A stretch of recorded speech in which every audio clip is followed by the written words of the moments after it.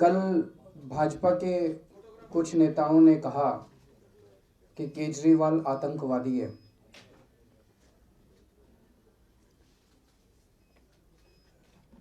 मैंने आज तक अपने देश के लिए तन मन धन सब कुछ कुर्बान कर दिया है। पिछले 5 साल जब से हम सरकार में हैं,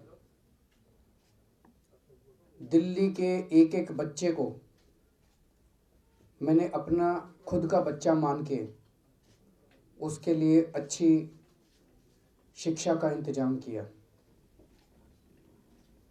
क्या इससे मैं आतंकवादी बन गया? दिल्ली के किसी भी घर में कोई भी बीमार हुआ, मैंने उसके लिए दवाइयों का, टेस्ट का, ऑपरेशन का इंतजाम किया। क्या कोई आतंकवादी ये सब करता है? दिल्ली के जितने बुजुर्ग हैं, उन सब के लिए मैंने तीर्थ यात्रा का इंतजाम किया। अलग अलग जगह उनको तीर्थ यात्रा के लिए भेजा। इससे क्या मैं आतंकवादी बन गया? दिल्ली के रहने वाले जितने हमारे सिपाही हैं जो बॉर्डर के ऊपर लड़ते हैं और शहीद हो जाते हैं, उनकी शहादत के बाद मैंने उनके परिवार का ख्याल रखने का काम किया। क्या कोई आतंकवादी ये सब करता है? आज तक अपने जीवन में मैंने कभी अपने बारे में कुछ नहीं मांगा, अपने बारे में कभी कुछ नहीं सोचा, अपने परिवार के बारे में कभी कुछ नहीं सोचा। जब भी ज़रूरत पड़ी अपना सब कुछ, तन मन धन और यहाँ तक कि जान भी इस देश के लिए कुर्बान है। जब आईआईटी से पढ़ के निकला था, आईआईटी खड़गपुर देश का बहुत बड़ा इंस्टीट्यूट माना जाता है। मेरे नंबर बहुत अच्छे थे, मैं चाहता तो विदेश जा सकता था। मेरी क्लास में बहुत सारे लोग विदेश चले गए, लेकिन मैं देश में रुका था क्योंकि मैं चाहता था, मैं समझता था कि इस देश को अगर ठीक करना है तो हम ही को ठीक करना है। कई लोगों का ये मानना था कि हमारे देश में तो ये कमी है, हमारे देश में तो वो कमी है। कोई यूएस से चला गया, कोई कहीं चला गया, लेकिन मैं चाहता मैं भी जा सकता था, मैं नहीं गया। उसके बाद इनकम टैक्स कमिश्नर की नौकरी छोड़ी, भ्रष्टाचार के खिलाफ आंदोलन में हिस्सा लेने के लिए। इस देश के सबसे बड़े भ्रष्टाचार के खिलाफ आंदोलन में हिस्सा लिया। क्या कोई आतंकवादी करता है ये?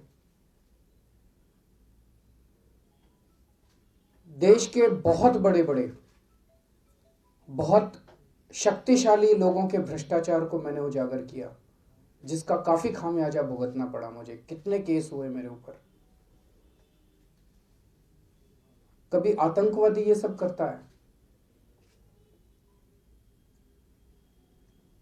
मैं डायबिटीज का मरीज हूं। डायबिटीज का मरीज अगर 3-4 घंटे इंसुलिन लेता हूं, दिन में 4 बार इंसुलिन लेता हूं, अगर डायबिटीज का मरीज 3-4 घंटे कुछ ना खाए और इंसुलिन पे है तो वो कोलैप्स कर जाता है, उसकी शुगर बहुत डाउन हो जाती है, उसकी मौत हो जाती है। ऐसे में 2 बार मैंने देश के भ्रष्टाचारियों के खिलाफ अनशन किया। एक बार 15 दिन का अनशन किया, एक बार 10 दिन का अनशन किया। सभी डॉक्टरों ने कहा था कि केजरीवाल 24 घंटे से ज्यादा जिंदा नहीं रहेगा। देश के लिए अपनी जान कुर्बान की मैंने, जान तक दांव पे लगाई मैंने। और पिछले 5 साल के अंदर इन सब लोगों ने मिलके मुझे प्रताड़ना देने में कोई कसर नहीं छोड़ी। मेरे घर पे रेड कराई, मेरे ऑफिस में रेड कराई, मेरे ऊपर केस पे केस कर दिए। जो ये कर सकते थे वो सब किया। मैं आतंकवादी कैसे हो गया? कल शाम को जब घर गया तो मेरे माँ बाप मेरा इंतज़ार कर रहे थे। मेरे माँ बाप मेरे साथ रहते हैं, तो रोज़ शाम को जाके थोड़ी देर उनसे बैठ के पूरे दिन की बात करता हूँ। उनको बहुत दुख हो रहा था। उनका यही कहना था कि उनका बेटा कट्टर देशभक्त है, उनका बेटा आतंकवादी नहीं है। मैंने पिछले 5 साल में दिल्ली वालों का बेटा बनके उनके परिवार की जिम्मेदारी उठाने की कोशिश की है। आज मैं ये निर्णय दिल्ली के लोगों के ऊपर छोड़ता हूं कि वो मुझे बेटा मानते हैं, मुझे अपना भाई मानते हैं, कि वो मुझे आतंकवादी मानते हैं।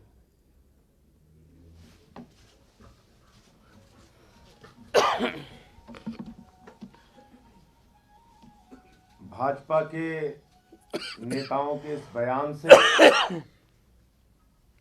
बहुत लोग आहत हैं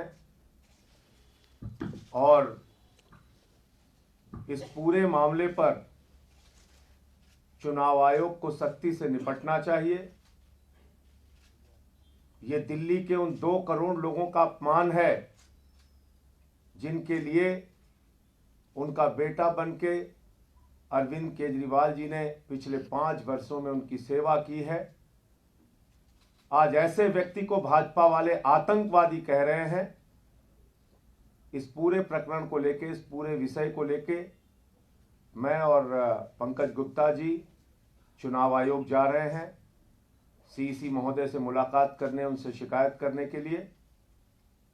अभी तक उन्होंने समय नहीं दिया है, वहां इंतजार करेंगे हम लोग। जब समय देंगे तो उनसे मिलकर इस पूरे घटना की जानकारी उनको देंगे और उस पर सख्त से सख्त कार्रवाई प्रवेश वर्मा, मनोज तिवारी, भाजपा के नेताओं के खिलाफ, भाजपा वालों के खिलाफ किया जाए।